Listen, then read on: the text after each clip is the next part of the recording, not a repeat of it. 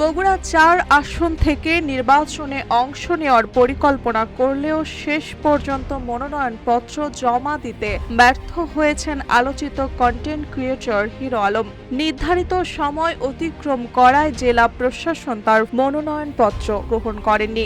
আজ বিকেল 5:30টায় মনোনয়নপত্র জমা দেওয়ার চেষ্টা করেন হিরো আলম, তবে জেলা প্রশাসক ও রিটার্নিং কর্মকর্তা তৌফিকুর রহমান জানান, নির্ধারিত সময়ের বাইরে মনোনয়নপত্র জমা দেওয়ায় তা গ্রহণ করা হয়নি।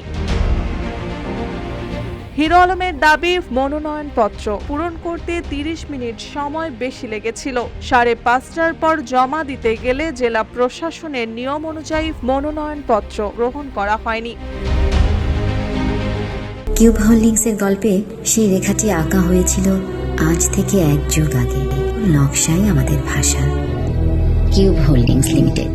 এর আগে দুপুর 12টা থেকে আম জনতা পার্টি থেকে মনোনয়নপত্র গ্রহণ করেন হিরো আলম, কিন্তু সময়সীমা অতিক্রমের কারণে জেলা প্রশাসক তার মনোনয়নপত্র গ্রহণে বাধ্য হননি। জেলা প্রশাসক তৌফিকুর রহমান বলেন, তাকে আগে থেকেই জানানো হয়েছিল 5টার মধ্যে মনোনয়নপত্র জমা দিতে। নিয়মিত সময় মনোনয়নপত্র না দেওয়ায় তা গ্রহণ করা হয়নি। বগুড়া 4 আসনে মনোনয়নপত্র জমা দিতে ব্যর্থ হওয়ায় হিরো আলম সরাসরি নির্বাচনে অংশ নিতে পারছেন না। প্রশাসনের কঠোর সময়সীমা এবং নিয়ম মেনে চলার বিধান এবার কার্যকর হলো। মার্জিয়া মৌ, রূপালী বাংলাদেশ।